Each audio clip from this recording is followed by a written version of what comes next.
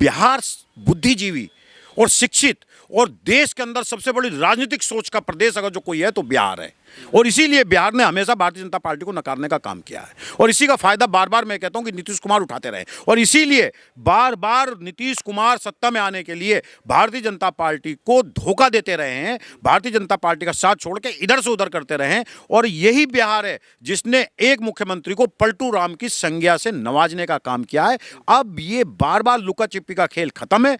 नीतीश को केंद्र में जो योजनाएं बन रही हैं देश के खिलाफ, उसको पटरी पर लाने के लिए नीतीश को अपने आखिरी दौर में सरकार को गिराना पड़ेगा, जो नीतीश इतिहास के अंदर एक बार फिर याद किए जाने के लिए। अगर नीतीश ने ऐसा नहीं किया तो नीतीश को इतिहास काले अक्षरों में याद करेगा। नमस्कार, मैं हूं कुलदीप कुमार राउत और आप देख रहे हैं फॉरवर्ड न्यूज। देश के प्रधानमंत्री नरेंद्र मोदी जी बिहार जाते हैं और बिहार के मुख्यमंत्री नीतीश कुमार जी को लाडला कहते हैं और इसी के साथ बिहार विधानसभा चुनाव का आगाज भी हो जाता है।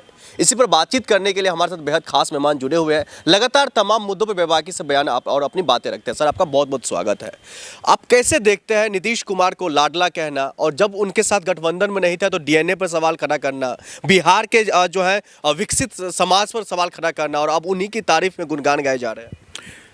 देखिए, मैं इस तरीके से देखता हूं कि मैं जब भी मोदी जी के बारे में कुछ बोलता हूं या देश का कोई भी राजनीतिक व्यक्ति कुछ बोलता है विपक्ष का, तो मैं ये मानता हूं कि मुझसे कुछ ऐसी बातें निकल जाती हैं कि देश के प्रधानमंत्री के खिलाफ जो बातें हमें नहीं बोलना चाहिए। वो मेरे देश के प्रधानमंत्री हैं और उनके बारे में बोलना और उनका बोलना देश के बारे में या किसी भी चीज़ के बारे में वो इतिहास बनता है। लेकिन क्या करें, प्रधानमंत्री जी अपनी आदत से मजबूर हैं। प्रधानमंत्री जी अपनी गरिमा को तार तार करते हैं। अब जो आप बिहार के अंदर वो जाकर के उन्होंने लाडला बोला है, तो मैं याद दिला दूं डीएनए किसका खराब था। डीएनए किसका खराब था? देखिए, मैं बार बार इस बात को कहता हूं आप लोगों के माध्यम से, संगठन और सरकार दोनों में फ़र्क ये होता है कि संगठन को सरकार बनाने के लिए बहुत कुछ लीक से हट करके बोलना पड़ता है, लाइन से हट करके बोलना पड़ता है, आरोप प्रत्यारोप की सीमाओं को भी लांघना पड़ता है।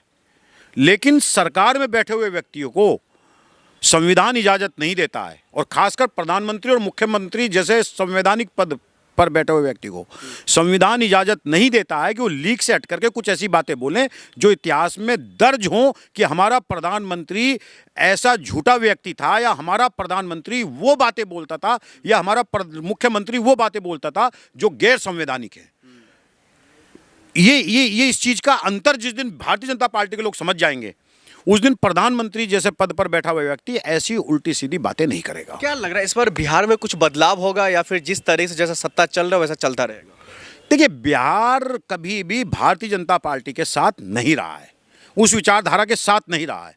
बिहार ने गैर भाजपाई दलों को पसंद किया है और इसी का फायदा नीतीश कुमार उठाते रहे हैं। और अगर बिहार भाजपा के साथ होता, बिहार देखिए, एक तो आपको बिहार को समझना पड़ेगा, बिहार गरीब स्टेट है, मालदार स्टेट, इसीलिए उसके लिए हमेशा मुख्यमंत्री विशेष पैकेज की मांग करते हैं। बिहार एक्स्ट्रा ऑर्डिनरी फैशनेबल प्रदेश नहीं हो सकता। बिहार मतलब अच्छे खूबसूरत चेहरों वाला प्रदेश नहीं हो सकता। लेकिन बिहार बुद्धिजीवी और शिक्षित और देश के अंदर सबसे बड़ी राजनीतिक सोच का प्रदेश अगर जो कोई है तो बिहार है। और इसीलिए बिहार ने हमेशा भारतीय जनता पार्टी को नकारने का काम किया है और इसी का फायदा बार बार मैं कहता हूं कि नीतीश कुमार उठाते रहे। और इसीलिए बार बार नीतीश कुमार सत्ता में आने के लिए भारतीय जनता पार्टी को धोखा देते रहे हैं, भारतीय जनता पार्टी का साथ छोड़ के इधर से उधर करते रहे हैं। और यही बिहार है जिसने एक मुख्यमंत्री को पलटू राम की संज्ञा से नवाजने का काम किया है। अब ये बार बार लुका छिपी का खेल खत्म है। नीतीश को केंद्र में जो योजनाएं बन रही हैं देश के खिलाफ, उसको पटरी पर लाने के लिए नीतीश को अपने आखिरी दौर में सरकार को गिराना पड़ेगा, जो नीतीश इतिहास के अंदर एक बार फिर याद किए जाने के लिए। अगर नीतीश ने ऐसा नहीं किया तो नीतीश को इतिहास काले अक्षरों में याद करेगा। एक तरफ प्रधानमंत्री मोदी जी उनको लाडला कहते हुए, दूसरी तरफ जो है लालू प्रसाद यादव जी लगातार कह रहे हैं हमारा अभी भी जो है दरवाजा खुला हुआ है। देखिए, लालू प्रसाद यादव जी हों, चाहे आपके अखिलेश यादव जी हों, चाहे ममता बनर्जी हों, जितने भी राजनीतिक विपक्षी दल हैं, उन सबका एजेंडा यह है कि राहुल गांधी के नेतृत्व में, कांग्रेस के नेतृत्व में, क्योंकि कांग्रेस बड़ा दल है, वो सारे लोग जो सेकुलर विचारधारा के हैं, जिनके पास सेकुलर विचारधारा के लोगों की वोट है, यानी कि सबसे बड़ी वोट अगर जो किसी के पास प्रदेश के अंदर जो मुस्लिम जो टर्नआउट करता है वोट, उसको वो वोट कोई रखता है, तो फिर उसको उसी के संरक्षण देने वालों के साथ आना चाहिए। यानी कि सबके साथ, सबका जो राजनीतिक संरक्षण, दलित हो, मुस्लिम हो, सिख हो, ईसाई हो, सबकी जो बात करता है और उनकी वोट लेता है, उनको उन्हीं विचारधाराओं वालों के साथ आना चाहिए। इसीलिए लालू जी इस बात को बार बार कहते हैं कि नीतीश जी को सत्ता का प्रेम छोड़ करके, चाहे भले ही हम सत्ता में न रहे, लेकिन जिनका वोट लेते हैं उन्हीं लोगों की विचारधारा के साथ खड़े होना चाहिए। ये लोग धोखा देते हैं और मोदी भी खासकर मुसलमानों को बिहार की इस बात को सुनना चाहिए। मैं कांग्रेस से हूं, मुसलमान नेता हूं, नसीम खान मेरा नाम है। मैं इस बात को बार बार कहता हूं और मैं कहता हूं बिहार के मुसलमानों से कि आप नीतीश को वोट दे रहे हो तो आप सीधा भारतीय जनता पार्टी को वोट दे रहे हो, इसलिए नीतीश कुमार को ऊपर पूरी तरीके से प्रेशराइज करें, या तो वहां आइए जो हिंदू मुसलमान और मस्जिद और मंदिर के संरक्षण की बात करते हैं, सभी धर्मों के सम्मान की बात करते हैं, आप वहां मत रहिए जो एक धर्म विशेष के खिलाफ युद्ध छेड़ने की बात करते हो, जो मंदिरों मस्जिदों को तोड़ने की बात करते हो, जो मॉब लिंचिंग के नाम पे एक धर्म के लोगों के पैरों में गोलियां मार करके गो हत्या का झूठा आरोप लगा कर जेलों में ठूसने की बात करते हो, जो इतने बड़ी मुस्लिम कम्युनिटी को जिसने आजादी में अपना योगदान दिया और पाकिस्तान छोड़ करके यहां रहे, उनको पाकिस्तानी कहने की बात करते हो, उनको छोड़िए। अगर उनको नहीं छोड़ते हैं तो मुसलमानों को नीतीश को छोड़ देना चाहिए, सेकुलर दलों की तरफ वापस अपने वोट को लेकर लौटना चाहिए। यादव लगातार कह रहे तेजस्वी भैया ही बनेंगे, अब जो बनेंगे मुख्यमंत्री हो या फिर कमान संभालेंगे वही। देखिए, मेरा मानना यह है कि तेजस्वी जी हो, चाहे अखिलेश यादव जी हो, चाहे दिगर जितने भी दल हों वो हों, लड़ाई सत्ता की नहीं होनी चाहिए। इस समय सबसे बड़ी लड़ाई है कि संविधान को नुकसान पहुंचाने वाली और देश की संस्थाओं को पे कब्जा करने वाली पार्टी को कैसे हटाया जाए। अभी अमेरिका ने देखिए क्या कह रहा है, इन्हीं के दोस्त थे ना, वोट टर्नआउट के नाम पे कितना खरबों रुपया आया है। अभी हमारे अमेरिका से लड़के बंधक कर करके बेड़ियों में जकड़ जकड़ के भेजे जा रहे हैं। विदेश नीतियों चीन ने कब्जा कर लिया। अफगानिस्तान की करेंसी, हंसी आती है, तालिबान कितना बड़ा खतरनाक तालिबान आतंकवादी था, उसकी करेंसी हमसे ऊपर पहुंच गई। यानी उनकी नीति देखिए आप। तो अभी जरूरत है कि विदेश नीति को बचाने के लिए, देश नीति को बचाने के लिए, ये तानाशाह जो कि देश को नुकसान पहुंचा रहे हैं, इसकी संस्थाओं को कब्जा किए हुए हैं, चुनाव आयोग को कब्जा किए हुए हैं, इन सब चीजों को बचाने के लिए जरूरी है कि भाजपा को सत्ता से निकालें। जब आप सत्ता में आ जाएं उसके बाद तय कर लें। हम कब मना कर रहे हैं, और ये हमारे नेतृत्व का फैसला है, सब बैठ के तय करें। अभी लड़ाई मुख्यमंत्री बनने की और प्रधानमंत्री बनने की नहीं होनी चाहिए। मैं छोटा सा वर्कर हूं, मुझे नहीं कहना चाहिए।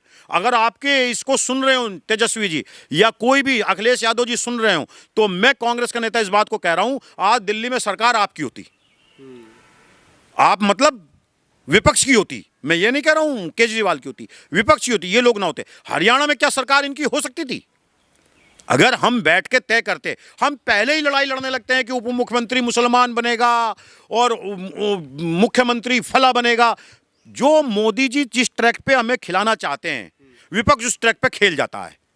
सबसे बड़ा बात विपक्ष को ये समझना चाहिए। मोदी जी यही तो चाहते हैं, आपके बीच में टकराव हो, आपके बीच में सामंजस्य की स्थिति ना बने, आपके बीच में जो है टकराव हो और आपके विचार अलग हो जाए और आप चुनाव अलग अलग लड़ो। मोदी जी तो राज भर को अपने साथ लेके चलते हैं, जिसका 1% वोट है उत्तर प्रदेश में, और जो ये कहता है कि मोदी और अमित शाह को फुटपाथ पे बैठा करके चने बिकवा दूंगा, उसको साथ लेके चल रहे हैं। वो कपिल मिश्रा को साथ लेके चल दिए मोदी जी। जो कपिल मिश्रा ये कहते थे आईएसआई का एजेंट है तो कोई मोदी है, उसको मंत्री बना दिया। जब वो सबको साथ लेके चलते हैं और उनका आज के समय में वोट भी है, तो आप विपक्ष के लोगों को समझना चाहिए कि आप भी सबको साथ लेके चले। बिहार की राजनीति समीकरण जिस तरीके से जो अब बदलने की ओर दिख रहा है, मोदी जी जाते हैं, उसके बाद लगातार बयानबाजी हो जाती है। तेजस्वी यादव कहते हैं जो ये सिर्फ सौगात की बातें करते हैं, हजारों करोड़ों रुपया, लेकिन धरातल पर कुछ नहीं दिखता। दरभंगा एम्स की बात कर देते हैं, लेकिन दूर दूर तक एक ईंट भी नहीं लगी हुई होती है। देखिए, बिहार के अंदर कई पुल गिरे हैं, अभी बिहार के अंदर कई पुल गिरे हैं, सड़कें धंसी हैं।